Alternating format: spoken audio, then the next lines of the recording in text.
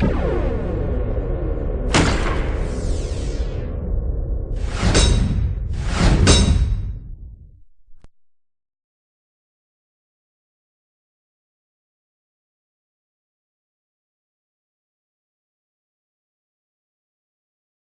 hello everybody. My name's Tristan, and I'm one of the people who actually helped to organize this event here tonight.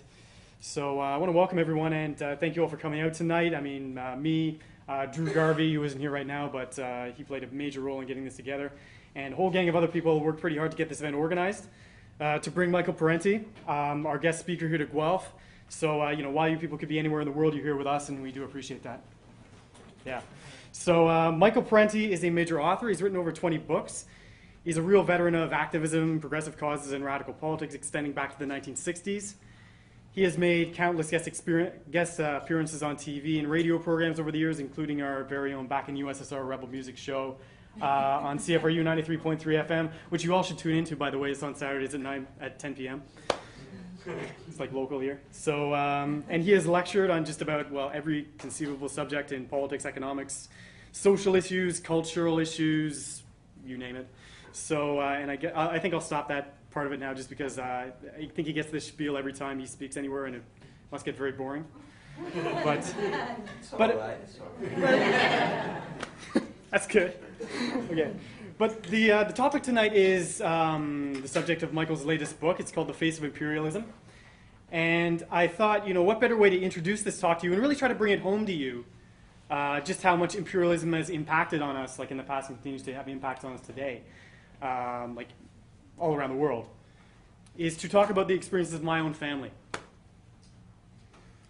So the most logical place to start when it comes to my family would be the historical event in the early 19th century known innocuously as the Irish Potato Famine, during which Ireland bled almost 1/2 of its population through starvation, disease, refugee flows, and British bullets. Mainstream history calls it a simple famine, but like so many famines in history, it would never have gotten as bad without a little help from imperialism. Consider how the British Empire made no move to enact a serious famine relief effort. It flooded Ireland with its soldiers. It continued to forcibly export Irish grain, even as huge sections of the population were starving to death. It ruthlessly crushed any dissent, and it made no secret about its desire to see the Irish population eliminated in order to make way for waves of English settlers. Like so many Irish families, the Dineenes were forced to flee their homeland and lost over half of their number in the process to disease and squalor aboard overcrowded sailing ships. We came to Canada as refugees from one of the most brutal episodes of economic exploitation in history. But we survived. 160 years after the British Empire tried to destroy us, we are still here. But see, that isn't the only example. See, being in the heartland of the empire doesn't spare you from being on the receiving end of imperialism, as the British branch of my family discovered. Imperialism is not something that happens just overseas or over there. The Leybournes lost their land, and like so many people did in the 18th century, they were driven from their homes by landowners bent on maximizing profits and enclosing by force as much land and resources as possible for their own exclusive use. And that's the process that Marx called primitive accumulation. And I'm sure, like many people in this room, if you are from like a English background at all, if you look back far enough in your history, you will find traces of this in your past as well. And for 150 years after that, after they lost their land, lost their livelihood, they worked as coal miners in northern England. For 150 years, they lived without running water, without sanitation, without electricity, even though long after it was available.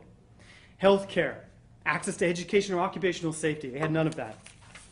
So in the heart of the richest and most powerful country in the world at the time, the British Empire, of course, was reigning. It had like colonies on every continent. Most powerful country in the world. Whole families would die of tuberculosis in this town. The black lung, breathing too much coal dust, would kill most miners before they hit 40. Cave-ins, gas explosions, mechanical failures, and 1,000 other hazards were part of daily life. And things would actually not improve until after the Second World War, when the British Empire was in a state of terminal decline. What does that say? See, the empire needed us. It needed our coal. The coal that lit the arms factories and that powered the battleships that allowed Britannia to rule the waves and project imperial power onto every continent. In the Second World War, my own granddad was conscripted and shipped out to Burma, a remote colonial outpost he had never even heard of, to fight against the Japanese, which of course were Britain's imperial rivals at the time. And uneducated as he was, I think he understood imperialism better than most people in this room, just from first-hand experience. When after seeing the horrendous conditions in his hometown, after seeing his comrades in arms die on a foreign field, halfway around the world, he said to the British officer who tried to pin a medal to his chest, "Beg your pardon, sir, but shove it up your ass." By the way, you don't hear stories about that on Remembrance Day, officially. So no one should be surprised when I identify with those people in Libya, or those people in Iraq, or those people in Yugoslavia, or Vietnam, or in too many other places where the American empire has intervened to bring sorrow, tears, and blood in the name of power and profit. No one should be surprised that I feel solidarity with those who stand up and fight back, past and present. And no one should be surprised when I organize events like this that emphasize why imperialism from then to now must be opposed. And with that, I would like to introduce our keynote speaker, Michael Parenti. Thank you very much.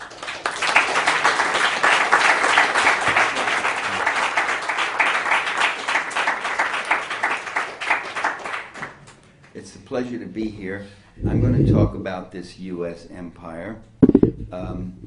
It's an empire in its scope and its firepower and in its might that is unsurpassed in human history.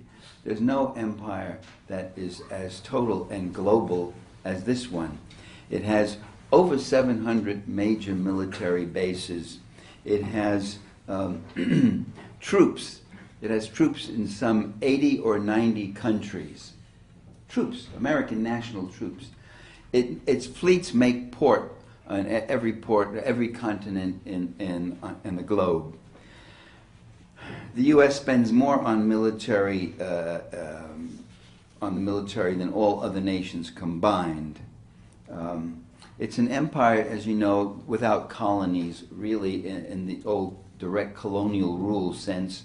There's no Colonel Blimps and that sort of thing. And we call it neo-colonialism or neo-imperialism. The third world countries have nominal independence. A prime example of that was how the United States treated Cuba. After stealing Cuba from the Spaniards in a war, the Americans turned to the Cubans in 1902 or so, and they said, "You know what? We stole you fair and square from the Spaniards, but we are a republic, and it doesn't look good that we have colonies, so we're going to give you your independence." And that's the way we are. And American leaders felt so good about how generous they were in doing this. Said, "You're going to have your own president, you're going to have your own flag." In fact, we have it right here. It'll be red, white, and blue, and you get only one star, though, because you're just a little island, you know. And you're going to have your own currency. You don't have to call it dollars. You can call them pesos if you want. And you can have Jose Marti on the peso. You don't have to have George Washington or any of our other slaveholders. That's American currency specializes in slaveholders. Almost every one of them, with the exception of Benjamin Franklin on the $50 bill, owned and dealt in slaves for the most part. Maybe Hamilton didn't either. Okay.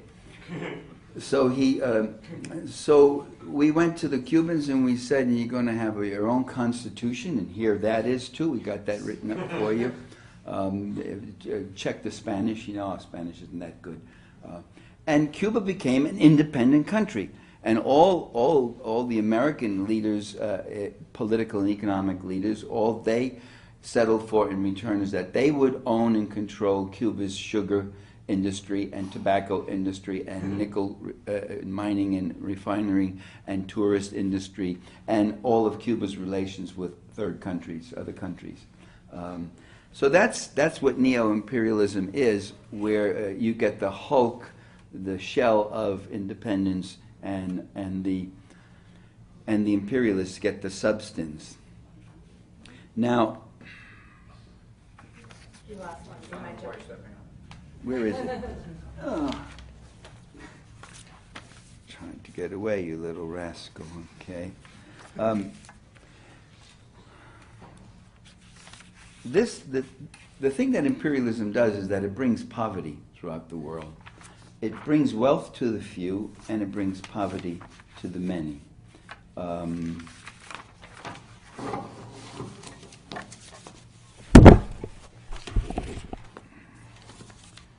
You got to make room. Okay.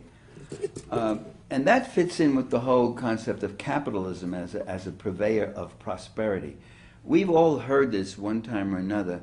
You get it especially in the States, that it's capitalism that has brought us out prosperity. You'll even hear people who are having a hard time, who are barely keeping their chin above water, saying that, oh, well, if it wasn't for the corporations, we wouldn't have jobs. And the corporations even call themselves job providers. Like Bank of America, you know, last couple of weeks ago, just laid off 30,000 people, bank providers.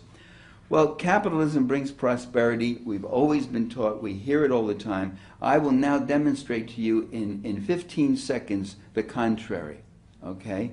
And it goes like this. 1. Most of the world is capitalist, and most of the world is poor. I rest my case. Did I win the argument or not? 2, in those parts of the world where capitalist investment has little or no regulation imposed on it, the populations are poorest. The investors enjoy the highest rate of value accumulation, highest return. The more free trade and free market the world becomes, the poorer it becomes. So the more capitalist it becomes, the poorer it becomes. And that's true of capitalist Indonesia, capitalist Guatemala, capitalist Mexico, capitalist Nigeria, and capitalist other countries. Okay. The same within the USA and Canada, for that matter. The more free trade, the more free market, the more income inequality, the more economic hardship for the 99%, and the more wealth for the 1%.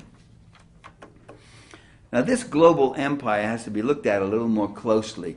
Writers like Chalmers Johnson call it an empire of bases and of military dominion. That's why they now can talk about empire. They see it only as a matter of dominion, of power, you see. But it's more than that. First of all, the U.S. power extends to more than just bases. There's a global network of military and security forces. There are officer classes in many countries that are trained, advised, and equipped by the United States on the U.S. payroll. And they develop an international camaraderie, and they work with each other. I'm talking about military security forces, paramilitary, police, and even death squads for that matter. All financed, equipped, trained, advised by the CIA or the U.S. Pentagon and related agencies. In Africa, for instance, 50 nations, not all at once, but at one time or another, 50 nations have received extensive military aid from the U.S. Now, there's only 53 nations in Africa, and 50 of them have gotten this kind of military assistance. But empires are not just motivated by military power or power for power's sake. This is what we hear. They're not just run by control freaks, although having control freaks helps somewhat for the operation of things. The power is an instrument of empire. It's not the end all. The goal is to expropriate the wealth of the world. That's what it's there for. It's to take the money from and value from those who produce it. The subsidiary, the secondary goal, is to make the world safe for the expropriators. So one is to advance and allow that function to happen, and 2 is to protect it against those who might resist it. And therefore, empires do something that's very rarely, if you read the literature of empires, going back to ancient Rome too, it's very odd how many of these scholars are very admiring of empires, you know. Rome. In many of the movies we always see, remember those movies you see about ancient Rome? Rome, the senator will stand there, and everybody in the audience says, "Oh, Rome," you know. Well, what was Rome? It expropriated. It took from the people. The goal is to really take from people, and consequently, what the empire does, and this is what's left out of a lot of these movies and such, it kills a lot of people, enormous numbers of people. Millions upon millions have been killed in Africa in the 19th and in the 20th century. In Mozambique and Angola alone, it was over 1 million people killed since the 70s. The goal is to prevent political leaders, movements, and nations from emerging and charting an alternative path. They don't have to even be communists or socialists, just if they chart an alternative path. Even if they just if they commit the sin of economic nationalism, that could often be enough to go after them. U.S. rulers have attacked many countries in Latin America, Africa, the Middle East, Far East, Central Asia. Attacked them with trade wars, sanctions, financial strangulation, debt traps, death squads, invasions, direct and indirect.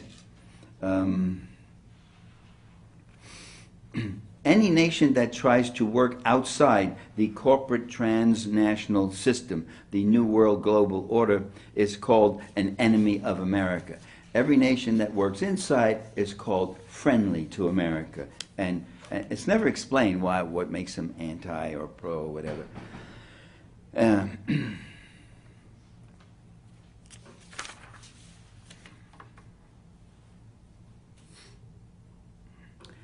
This process whereby the ruling interests of the dominant country try to expropriate the land, the labor, the capital, the natural resources, and the markets of another country, that system of expropriation is known as imperialism.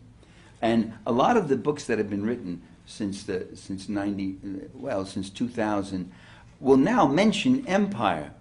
You know, you couldn't, in the U.S., you could not use the word empire with U.S. in front of it. You could not say the American Empire. When I wrote a book back in 1995 called Against Empire, and I called the U.S. an empire, I had people come over and say, isn't this a bit much? There you're going overboard, Parenti, again, you know, America isn't an empire. This is a foreign policy you're looking at. I said, no, it's an empire. But nobody did that. When I was in grade school, we were taught that we don't have empires.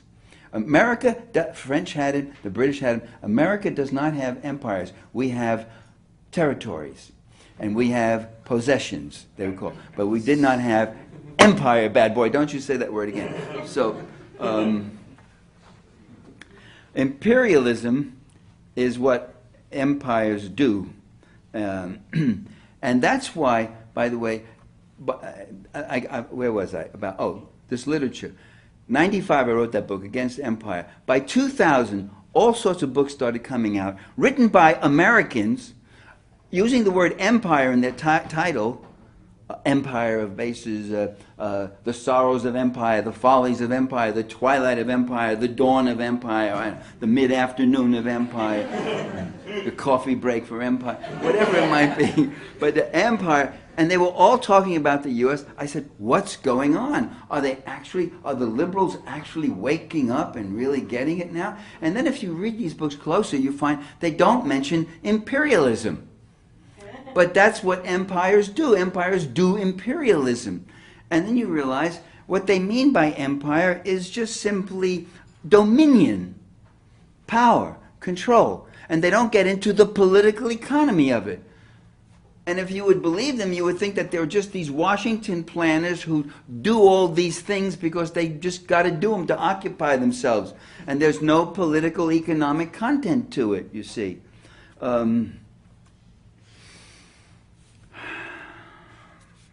Well, what I'm arguing that, in fact, Imperialism is a process of expropriation of wealth and the protection of that system of expropriation. And that's what is often left out.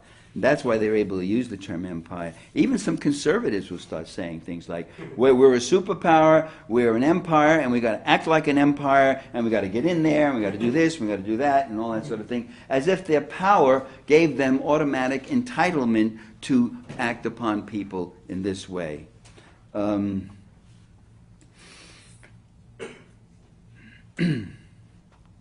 Just talk among yourselves a minute so I can catch up on my notes as to where I am. Now, sometimes the people skeptical says, you mean they go to all these countries and they do all this and they suppress it and they undermine their social programs in these countries and they undermine their environmental protections and they undermine their independent capital and they undermine this and that and they take it all for themselves and they roll back social services. They do all those things. Why would they do that? Why would they do that? They wouldn't do that. I said, what do you mean they wouldn't do that? They do it to us right here at home. That's exactly what they do. They roll back their social services and the like, and our social services and the same. And they create poverty so that they might enjoy greater wealth. And that's the same thing they do here. These are today, in the U.S., I think more so than in Canada here, these are pretty bad times for us. The level of income inequality is about 1929 now. The level of unemployment is the worst it's been since World War II. So it's sort of like almost getting close to Great Depression time. The level of underemployment, if they really did an honest figure, and not just take the people who are applying for unemployment, but there are many others who have dropped out, there are many others who are underemployed, there are many others who are working part-time and who really need full-time jobs. And there are many others who go in the army because they got nothing else going, the only thing they can do. I call that economic conscription. We have a volunteer army, but it's really a form of class conscription. These bad times are not bad for everyone. They're not bad for the 1%, as you know. Recessions are not really such bad things for moneyed interests. In a recession, small competitors are bought up for bargain prices. Big capital squeezes out small capital. Labor unions are tamed and even broken. Labor itself is tamed, not your union organization, but one's own labor power, labor efforts. You end up working harder for less pay at jobs that you would never have imagined that you would be doing. This recession really is a jobless recovery, massive hardship along with record profits. Recessions also advance privatization, which is another dream goal of the reactionary right capitalist, reactionary right wing of the capitalist system. As state and local governments lose revenues, they start selling off their resources, and their natural resources, their regional parks, the public infrastructure like bridges, utilities, prisons, schools. They close other services. Oakland, California. You've heard about the Nazi movement in Oakland. They also known as the Oakland Police. They well, you know, you look at Oakland. I live about 8 blocks from the Oakland line. I live in South Berkeley in the flats there, and you go to Oakland. And you go to the Occupy Oakland, and these police came out. You know, I swear there must have been somebody in the White House that sent word out, because this was happening in Chicago, Baltimore, Atlanta, a number of other places. Suddenly, last week, in the period of 48 hours, the police were confronting these demonstrators and were coming out in their combat gear. You know what the combat gear is. Every city in America has federal funding for this combat gear. This is a city, Oakland, which is poor. It's so poor the police announced that they would not enforce nonviolent crimes. So if your car is stolen, we don't come. If you see somebody breaking into your car and taking it and you call 911, we don't bother. We only come if it's murder, rape, or felonious assault, bodily assault on you now. because we don't have the funding. And yet there they were in Oakland. Each cop has about $3,000 worth of equipment. His Darth Vader helmet, his bulletproof vest, you know, his taser, his mace gun, his what's the grenade? What's that called again? What? Percussion grenade. Percussion grenade. What the hell is a cop in civil society doing with a percussion grenade that he throws in at a group of people who are standing around because one man has almost been killed? Scott Olson, an ex-Marine, hit in the head with a tear gas canister. He still is unable to talk. He's still on critical list. And the people crowded around. And I saw it right on the internet now. People, we got our cameras, don't we? And thrown right in at him. Percussion grenades, automatic weapons, combat outfits. I mean, this is an impoverished police force, but when they can come out, a lazy-ass police force that resents calls that come in when it takes precious time away from their donuts and coffee. But they can be out there when they're serving their class masters, and they can make war and act like an army, a one-sided fight against young people who have not armed with their knapsacks and pup tents, you know, and beating them up and going in on them like that. And that's what we got. The same city of Oakland is announcing that they're closing down 14 of their 18 libraries. You know, I was raised in New York City. I was in a blue-collar, a very poor neighborhood. East Harlem, it was called. It was Italian-American. I remember being very poor. I was a street kid and all that. You got a problem with that? No, okay. And I remember the library was like an oasis. The library was like a refuge. When I got tired of hanging around the pool room and the handball court and the street, I would go to the library once in a while. Not for any great intellectuality and all, because I had no idea of that. But I would just read. I would just read stuff because it would take me to all sorts of places.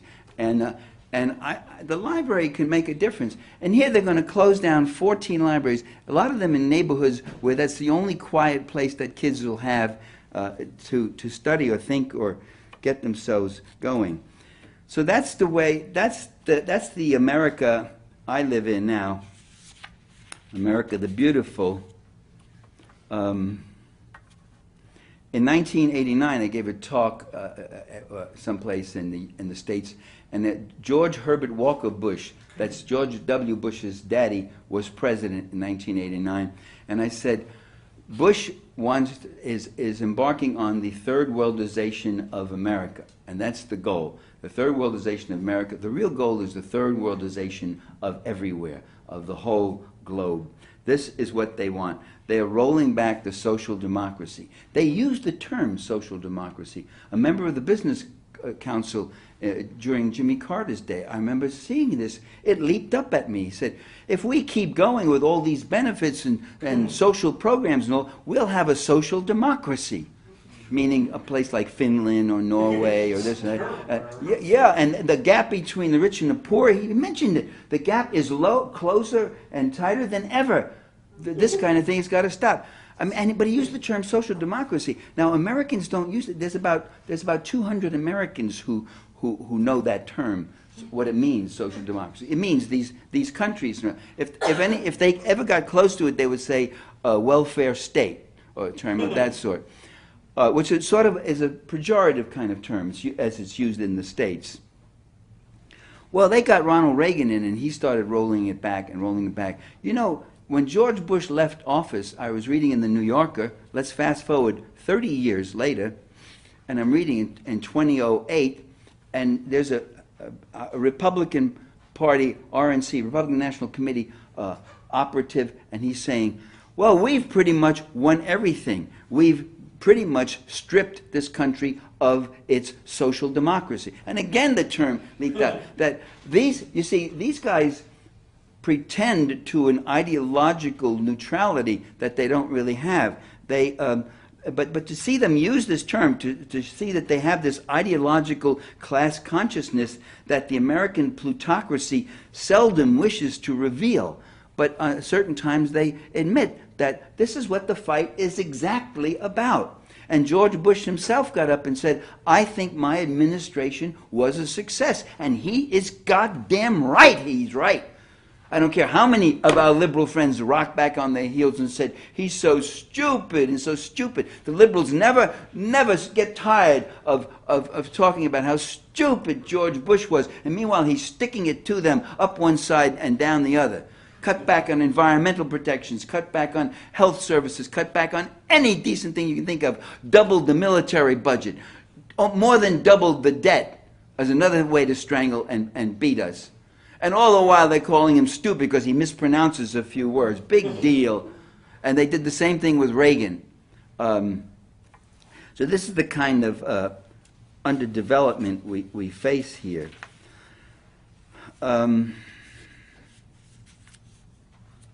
They don't want a country made up of people who are intelligent, informed, and articulate. They don't want a country that's well educated, that has a sense of entitlement, and that has a high level of expectation for themselves and their children. They want you poor. The poorer and hungrier they can make you, the harder they can make you work for less and less. So get your nose back onto the grindstone. That's really what their message is.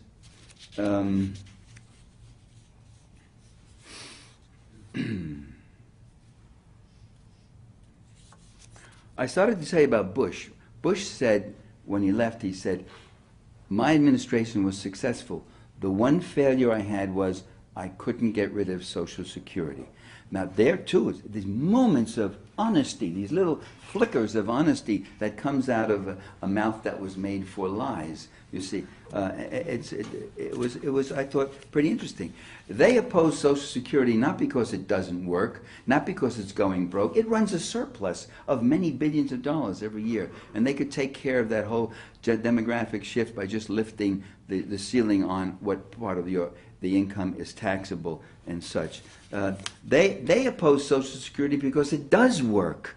It's a socialist program. It's the United States' most successful anti-poverty program. It leaves much to be desired. There are people who just barely struggle and barely survive on Social Security, but it's the only thing that's keeping them from sleeping under the bridges.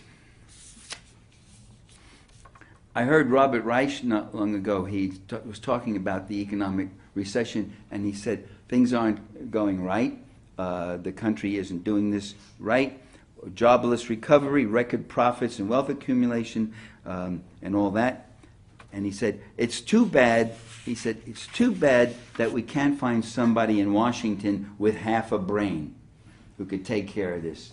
The stupidity level is great. And the audience all laughed again. And you see, you're being stupid, Robert Reich, even though he gave a very good rundown of everything that was wrong, to then say, to ascribe it to stupidity. Why is that stupidity? They're getting what they want. The income differential, the gap between the rich and the poor is getting wider and wider. The social democracy is disappearing. So why? And the same with foreign policy, the same thing. We used to hear that. Why is U.S. foreign policy so stupid? In my book, The Face of Imperialism, I have a whole section, and I gathered together all the kinds of adjectives that the liberal critics use about U.S. foreign policy. It's inept, it's reckless, it's misguided, it's overreaching, it's arrogant, deluded, aggrandizing, messianic, misplaced. Robert Cohen can write. He's had a column for some 25 years now in the Washington Post. And here's how Robert Cohen can become a columnist for the Washington Post. And here's why you can't become a columnist for the Washington Post. And this was a compliment I'm giving you when I say that. He writes as follows back in 2005. The Iraq War is not the product of oil avarice or CIA evil, and we don't say it is, although those may be factors that come into the equation. But it is a problem of a surfeit of altruism. a naive compulsion to do good. And who does he mention as suffering from this this compulsion to do good? George Bush, Dick Cheney, Donald Rumsfeld, Paul Wolfowitz. These are the compulsive do-gooders. Now, you see, what it is when you gather together this enormous amount of evidence of all these things that are going wrong, you then have to start linking and connecting the dots. If you do that, you start moving from a liberal complaint about how bad things are to a radical analysis of why it operates this way. And so they don't do that. Instead, they look at all this and they say, what a mess, what stupid, inept people we have in Washington, overextending themselves and the like. In fact, what I argue in that book, The Face of Imperialism, I argue, which by the way is a short book, it has a virtue of brevity. Most books are too long, including the Bible and Volume 1 of Capital. And I argue that the U.S. empire builders are very rational, they're very successful, they know what they're doing, they consistently support those dictators or democratically elected governments that follow the New World Order of free market capitalism. They consistently oppose those dictators or democratic governments, movements, people, whatever, that seek an alternative to free market capitalism, that seek economic self-development, communal development. And that's true of the New Jewel movement in Grenada. Gaddafi's real sins in Libya was that he would not bring the IMF in.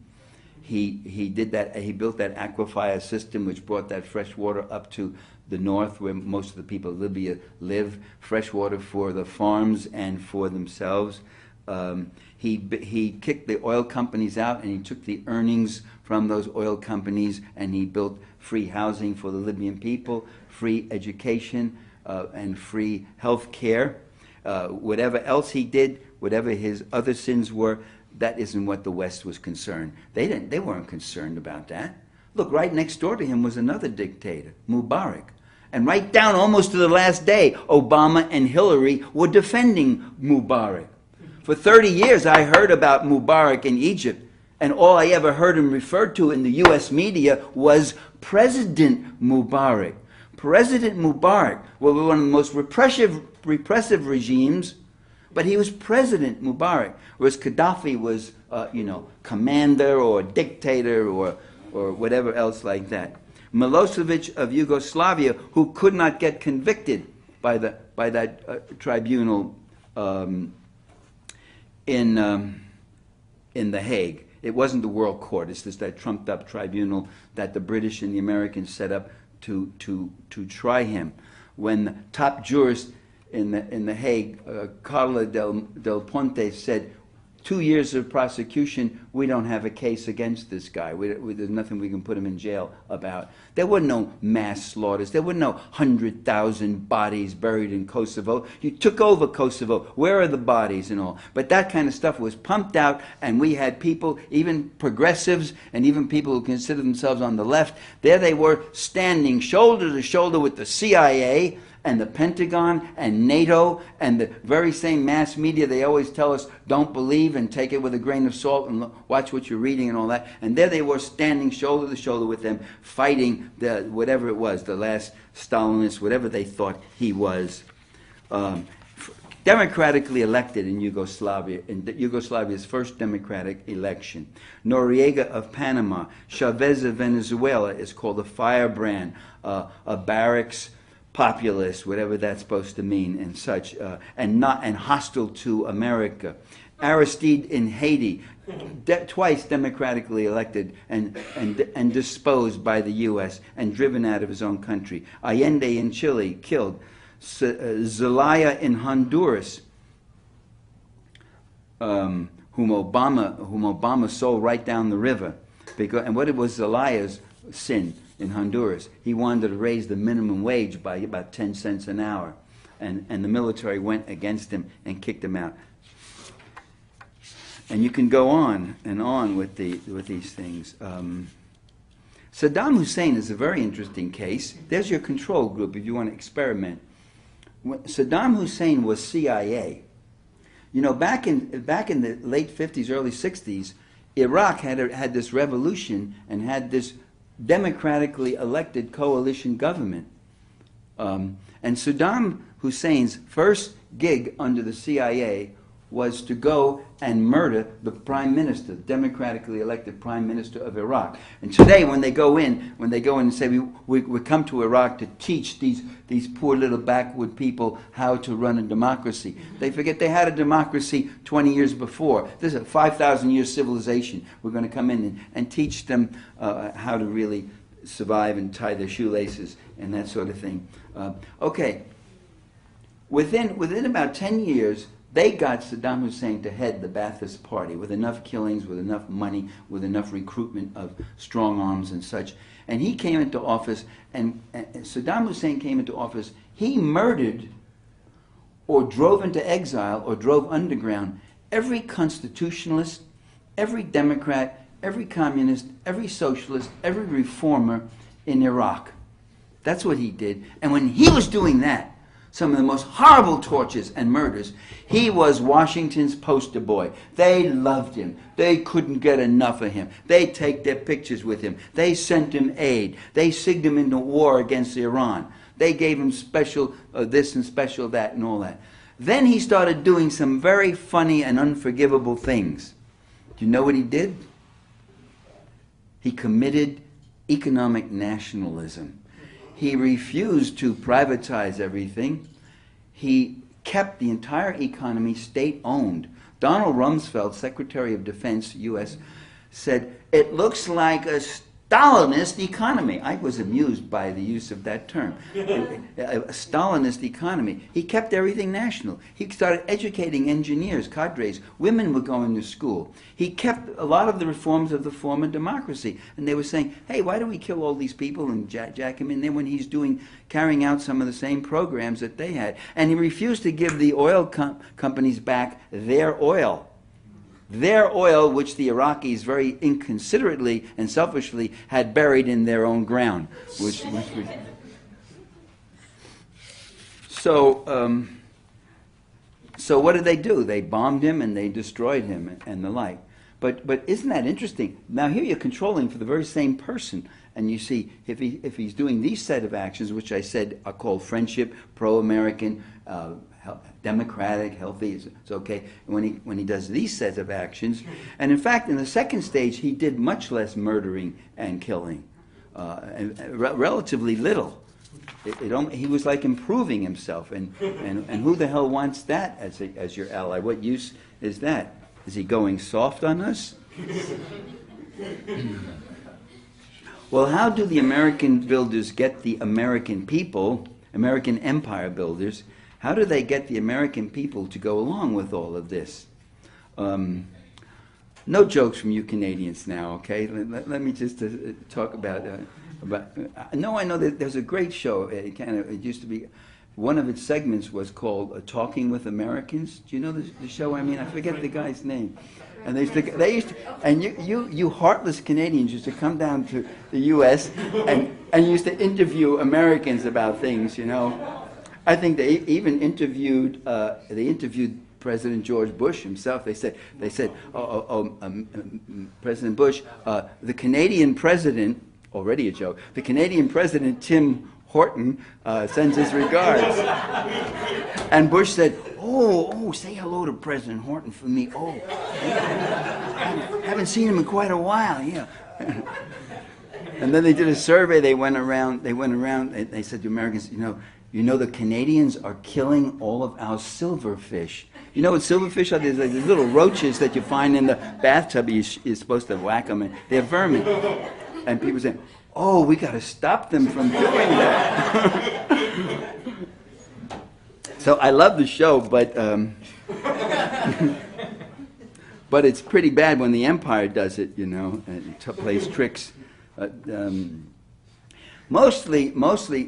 there are messianic appeals to we are God's gift to humanity, and we've got to help, and we've got to do this, and we have the power, therefore we have the responsibility. There's that kind of talk. And Americans really don't bite at that much, really. But in fact, the thing that works is using the fear, convincing them that they are beset by enemies and political demons from abroad, and they are in danger. And that's what happened with Saddam Hussein when they decided they were going to destroy him, and the polls were showing like 75–80% of Americans were against committing American troops in Kuwait in the first Gulf War and all that. They said, why the hell we should go there? I'm not going to support some war like that. I'm worried about paying my rent and keeping my job. What's this all about? Well, then they started saying, what if Saddam Hussein has nuclear weapons? The phrase weapons of mass destruction had not yet come into vogue in 1991. They said nuclear weapons, which he might use.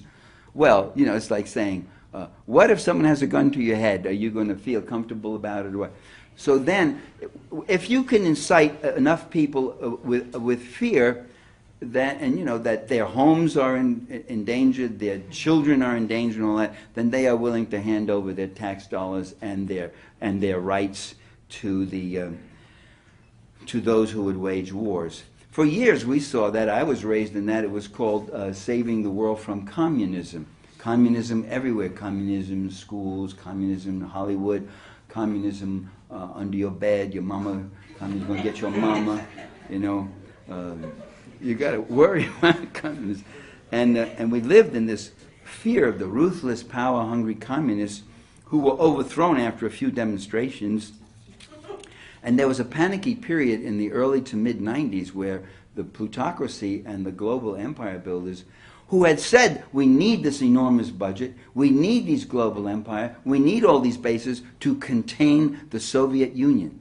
Well, the Soviet Union was gone now. It's very rare when history operates like a laboratory experiment. You know, you can remove the one, have a control and remove the one vital component or ingredient, and then retest it without that. But there it was gone. And you know what happened? The U.S. military budget grew at a faster rate than ever. The number of military bases increased at a faster rate than ever.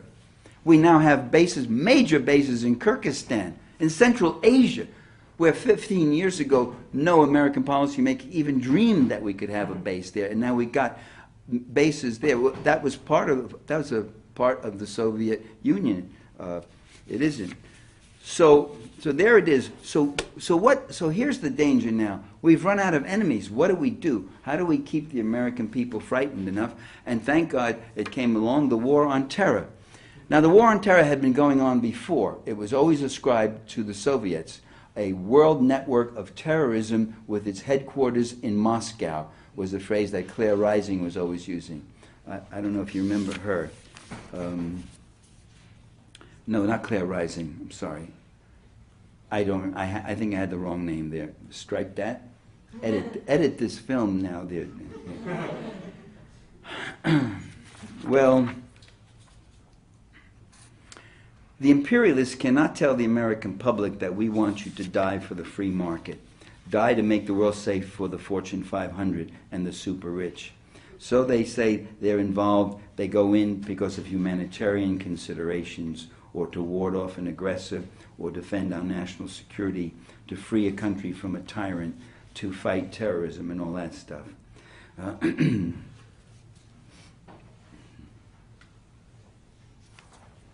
And since the end of the Soviet Union, since then, the U.S. has invaded Panama, they've invaded Haiti, they've invaded Somalia, they destroyed Yugoslavia, they invaded Afghanistan, they invaded and occupied Iraq and have destroyed it for the most part. They're destroying Libya, which will soon probably emerge as another militant extremist Islamic base.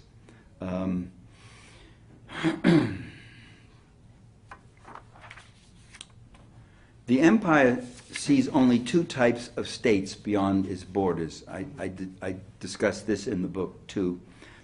Vassal states, or what we often call client states or satellites. And that includes our allies.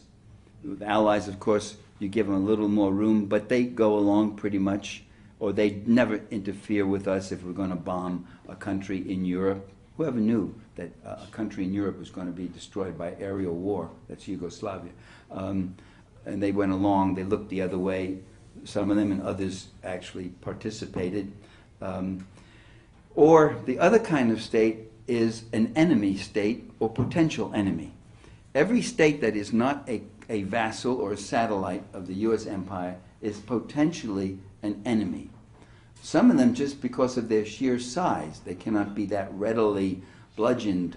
Russia would be an example. Also because they have nuclear weapons, and therefore we can't bomb them as we can bomb Libya, as we will be bombing Iran soon, which I think they would have been doing by now if it weren't for the Arab Spring and all that agitation that had been going on.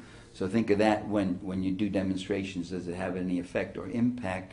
It does deter them. It does give them moments of hesitations and such. And China is another example of a country. China is about the only country in the world that's not afraid of the United States. And they make it known now, you know. I mean, when you got $1 trillion debt note on the U.S., when you're out producing, when the U.S. economy is at zero growth and you're doing 8%, although that bubble may burst, because capitalism has its wastes and irrationalities, even in a controlled situation, relatively controlled situation like China. The Chinese don't have a single soldier on foreign soil. Remember that. They have troops in Tibet. They've had troops in Tibet for 1,000 years, by the way. They don't see this as a sudden aggrandizement or anything like that. And the Tibetan ruling elites always welcomed the Chinese, it was a Mongolian Chinese troop force. What they didn't like about the last one in '52 was that it was communist, and it wanted reforms like land reform, the end of slavery, and the end of serfdom, and that didn't sit well at all with the religious and secular elites of Tibet. But China doesn't have bases all over the world. It doesn't have fleets going everywhere, and they're not afraid of the Americans. They say, so you got 300 million, we got 1.2 billion people. So you got nuclear weapons? Well, we got nuclear weapons too, and we got them targeted, you know, and they get let loose like yours can get let loose.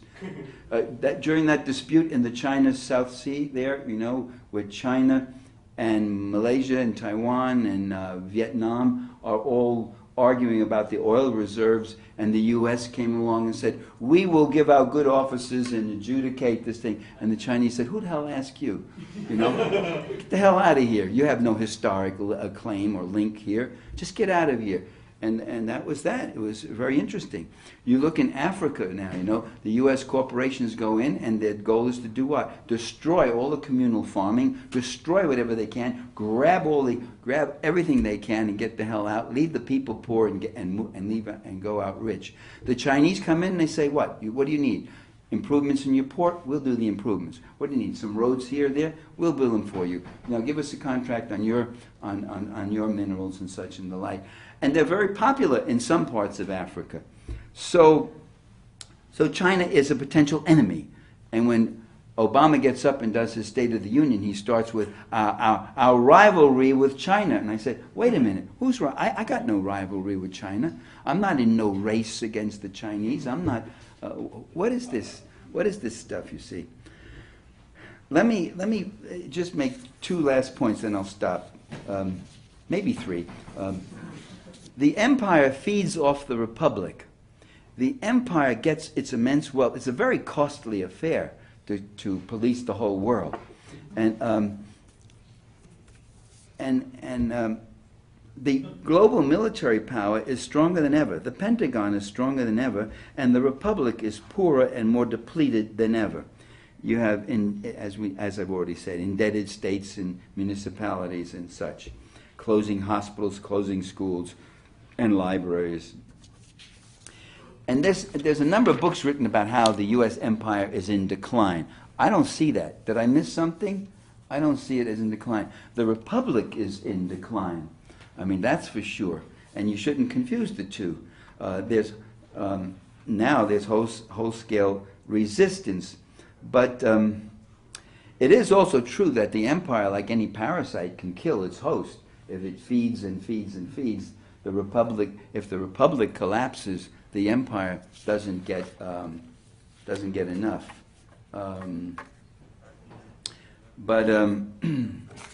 What to do? Well, I think the alternative is socialism. Oh, come on, didn't socialism have its day? What are you talking about? Well, stop thinking about socialism and capitalism as two great epic armies that have somehow clashed and socialism has been shattered and capitalism rules supreme around the world. There is no alternative. That's the way they want you to think about it. But just look around in your own society, even in the U.S., where you have whole populations who begin to shake and you know, go crazy if they hear the word socialism. I remember a worker that I knew up in Vermont, and we had a party called the Liberty Union Party back in the early 70s. I ran for Congress in Vermont. The guy on our ticket who ran for the Senate was named Bernie Sanders, and he is now a senator from Vermont. I mean, he then later became mayor of Burlington, and then congressman, and then senator. It has only one congressman from a small state. But there was and I knew this guy well, and I showed, look, this is the program. This is everything we'd want to go. And he's looking, reading. He said, this is terrific. The only thing I don't like is this last line. You say, this will bring us to socialism. I don't like socialism. I don't want any socialism. He wanted all the substance of socialism, but he didn't want the word, you know, because he was trained. They salivate negatively when they hear the bell, socialism. And I want socialism because it does work. It may not work in everything, in every kind of area. There are certain kinds of specialty services and such where you don't want the state running, like you may not want the state running the plumbing industry, so you wait three days for a plumber to come. I'm thinking about Cuba right now. But socialism has worked. Healthcare is better under socialism. The French healthcare, the Finnish healthcare, Swedish healthcare, much better than the U.S. healthcare. That was education, socialism. I taught at the State University of New York many years ago. I'm a recovering academic, I tell people now. But I taught there, and I remember students saying, but what would socialism do? How does it work? I can't even imagine it. I said, you can't imagine it. You're sitting in it right now. This university is socialist. It's not run for a profit. It's run by the community. It's run by public funding. And utilities, the publicly owned utilities in America are better run. The money they earn goes into the public budget. It doesn't go into private pockets of big plutocrats. We have private utilities in some areas. We have public utilities. I live in Northern California, where you have the biggest, most powerful private utility. It's called Pacific Gas Electric. What is it? PG&E. PG&E. And we pay the highest rates in the country. And it's a private company. So you pay more, and you get more dangerous service. It's the same company that gave us the San Bruno explosions just about 5-10 miles from where I live, which killed 8 people and destroyed about 40 homes, just blew them away. In midday, when luckily not that many people were home, only 8 were killed and such. And there's investigations of it and all that, but PG&E is still there. So I want socialism that can save lives and the like. Transportation, public transportation is always better.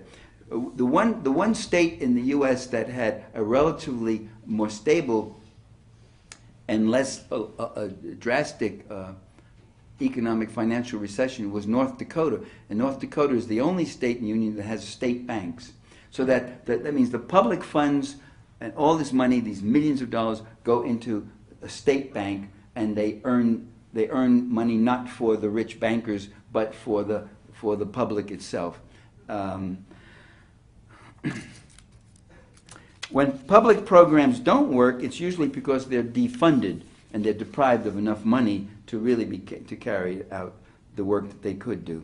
So there we are. The Occupy movement that we see today is most explicitly ideologically advanced.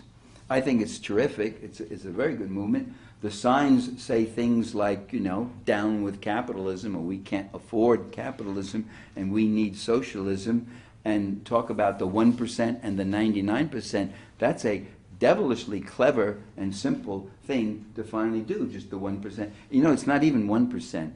I mean, 1% of the U.S. population is over 3 million people. The super rich are really there's about 240,000 individuals, and they really are super rich. If you look at the chart and how the income goes, when you get to that last fraction, it's about a 0.004. It's like a fraction of 1%. It shoots up. It would shoot up into the stratosphere, beyond this ceiling. If I made a chart on the board, you could not. It would take weeks and days and helicopters and everything to get it all the way up to the top. No, it's really true. I saw an article in the New York Times about the rich and what they're doing and all that, and they show this house, very nice house. I said, that's not the rich. That's not the super rich. That's not who owns America and most of the world. That's not the group that has $1.2 trillion in personal wealth. I said, that's not them. Houses like that, I can go from my little cottage all the way up the hill, up to the hills in East Berkeley, and I could find houses like that. And they'll go for $1 million, $1.5 million, but that's not the super rich. Even when they talk about the rich, they have no idea how rich the rich really are. The rich live in homes that you can't take pictures of unless you're up in a press helicopter and you shoot from that. Otherwise, you know, you'll be shot by the guards or the security force things. They live on estates and the like. So we've got to become aware of the extent to which these things happen, and the Occupy actions are excellent. We have to move to demonstrations. Demonstrations are important. They highlight issues that have long been buried. They mobilize numbers. They give a show of strength. In other words, they give a show of muscle to an opinion, to a stance. See, the media do not only control opinions. In fact, they don't always control opinions, but they control opinion visibility. And so that becomes the frustration, that our opinion gets no visibility. And what's happened, we have suddenly broken through that cloud to some degree. And of course, they're still obfuscating it and trivializing it and snickering at it and the like, which is what their job is to do, the corporate media. That's why they work for the corporate media. But demonstrations should also evolve into other forms of action, civil disobedience, organizing unions and such. It's one of the wonderful aspects of the Occupy movement is those places where unions have come in. Workers, Teamsters, nurses, teachers have moved in and lent support, and sometimes financial support too. Refusal to serve in the armed forces, that's a weak point of the empire. The empire has a manpower shortage, that's why Obama waxes ecstatic over the drones. Like, you can kill people without risking any American lives. They just go in automatically, and they can shoot and wipe out villages, you know.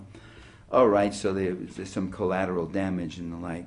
We need new electoral strategies. We need a constitutional convention so that we can have an egalitarian democracy and not a rigmarole, obstacle course democracy. If you ever take American government, you know what I'm talking about.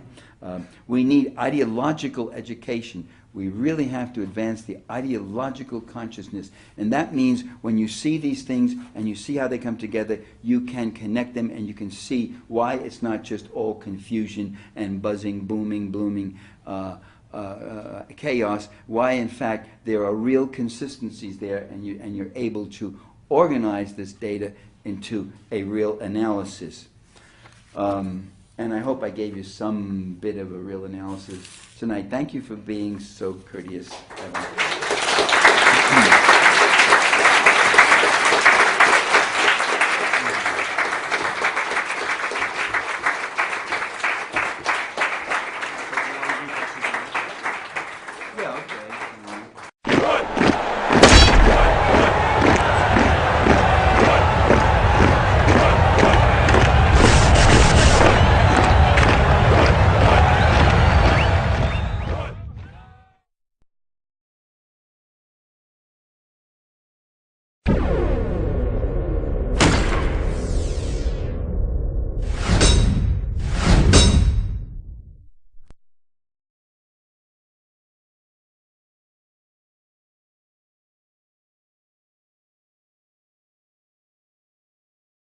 Okay, hello everybody. My name's Tristan, and I'm one of the people who actually helped to organize this this event here tonight. So I want to welcome everyone, and thank you all for coming out tonight. I mean, Drew Garvey, who isn't here right now, but he played a major role in getting this together, and a whole gang of other people worked pretty hard to get this event organized. To bring Michael Parenti, our guest speaker here to Guelph. So while you people could be anywhere in the world, you're here with us, and we do appreciate that. Yeah. So Michael Parenti is a major author. He's written over 20 books. He's a real veteran of activism, progressive causes, and radical politics extending back to the 1960s. He has made countless guest appearances on TV and radio programs over the years, including our very own Back in USSR Rebel Music show on CFRU 93.3 FM, which you all should tune into, by the way. It's on Saturdays at 10 p.m. It's like local here. So, and he has lectured on just about, well, every conceivable subject in politics, economics, social issues, cultural issues, you name it. So, and I think I'll stop that part of it now just because I think he gets this spiel every time he speaks anywhere, and it must get very boring. But that's good. Okay. But the topic tonight is the subject of Michael's latest book. It's called The Face of Imperialism. And I thought, what better way to introduce this talk to you and really try to bring it home to you, just how much imperialism has impacted on us, like in the past and continues to have impact on us today, like all around the world, is to talk about the experiences of my own family. So the most logical place to start when it comes to my family would be the historical event in the early 19th century known innocuously as the Irish Potato Famine, during which Ireland bled almost 1/2 of its population through starvation, disease, refugee flows, and British bullets. At the time, the British Empire, of course, was reigning. It had like colonies on every continent. Most powerful country in the world. Whole families would die of tuberculosis in this town. The black lung, breathing too much coal dust, would kill most miners before they hit 40. Cave-ins, gas explosions, mechanical failures, and 1,000 other hazards were part of daily life. And things would actually not improve until after the Second World War, when the British Empire was in a state of terminal decline. What does that say? See, the empire needed us. It needed our coal. The coal that lit the arms factories and that powered the battleships that allowed Britannia to rule the waves and project imperial power onto every continent. In the Second World War, my own granddad was conscripted and shipped out to Burma, a remote colonial outpost he had never even heard of, to fight against the Japanese, which of course were Britain's imperial rivals at the time. And uneducated as he was, I think he understood imperialism better than most people in this room, just from first-hand experience. When after seeing the horrendous conditions in his hometown, after seeing his comrades in arms die on a foreign field, halfway around the world, he said to the British officer who tried to pin a medal to his chest, "Beg your pardon, sir, but shove it up your ass." By the way, you don't hear stories about that on Remembrance Day, officially. So no one should be surprised when I identify with those people in Libya, or those people in Iraq, or those people in Yugoslavia, or Vietnam, or in too many other places where the American empire has intervened to bring sorrow, tears, and blood in the name of power and profit. No one should be surprised that I feel solidarity with those who stand up and fight back, past and present. And no one should be surprised when I organize events like this that emphasize why imperialism from then to now must be opposed. And with that, I would like to introduce our keynote speaker, Michael Parenti. Thank you very much.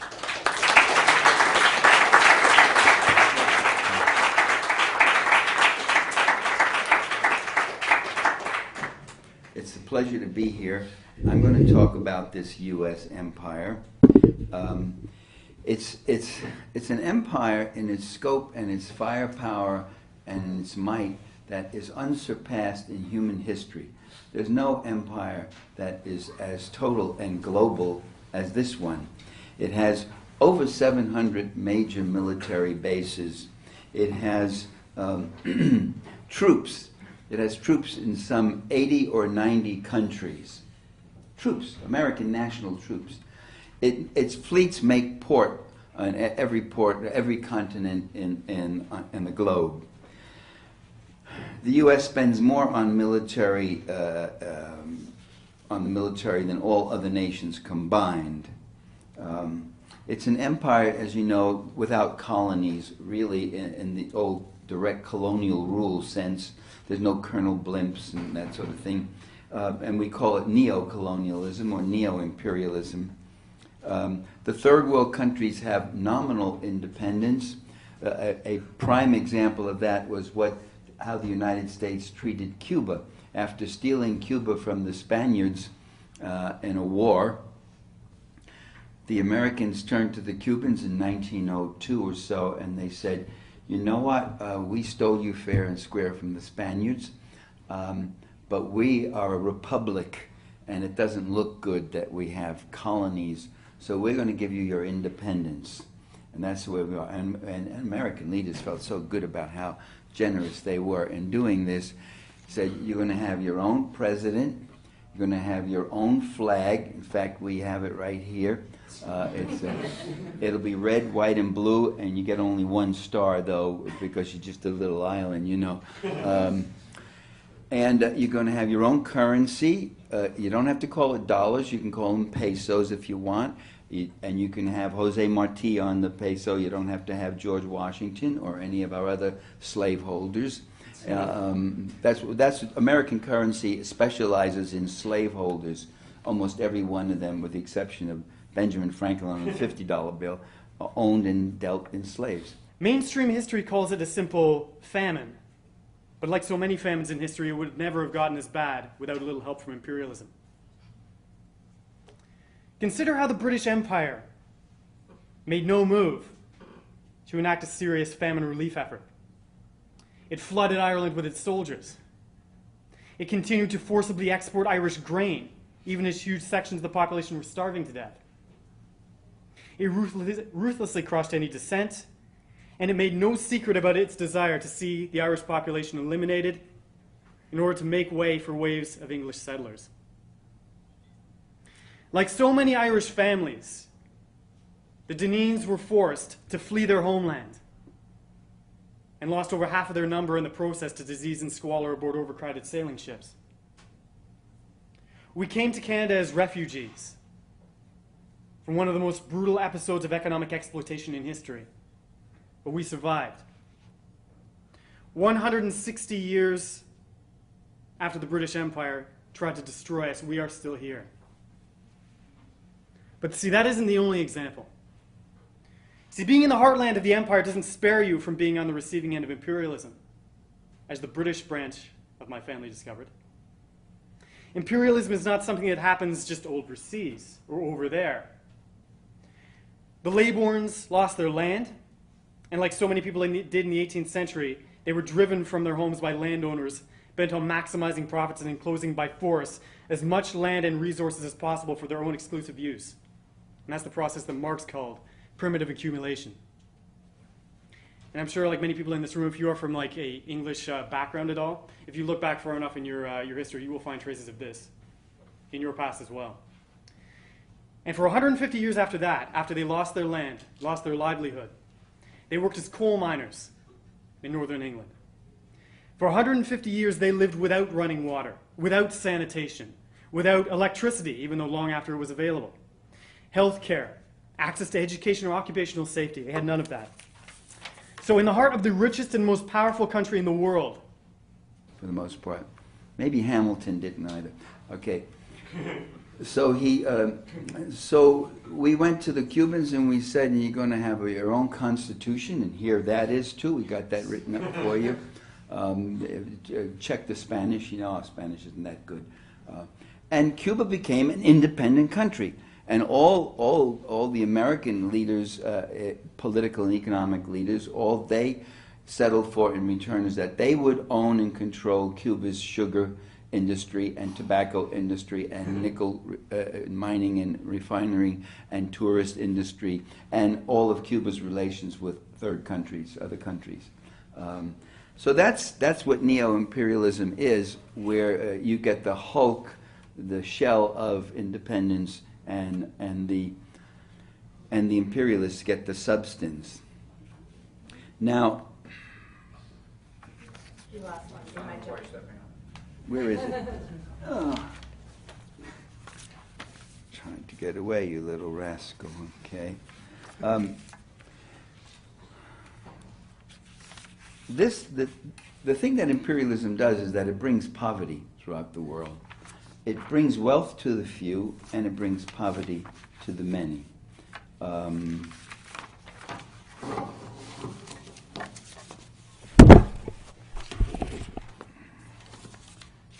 got to make room. Okay. And that fits in with the whole concept of capitalism as a purveyor of prosperity. We've all heard this one time or another. You get it especially in the States, that it's capitalism that has brought us our prosperity. You'll even hear people who are having a hard time, who are barely keeping their chin above water, saying that, oh, well, if it wasn't for the corporations, we wouldn't have jobs. And the corporations even call themselves job providers. Like Bank of America, you know, last couple of weeks ago, just laid off 30,000 people, bank providers. Well, capitalism brings prosperity. We've always been taught. We hear it all the time. I will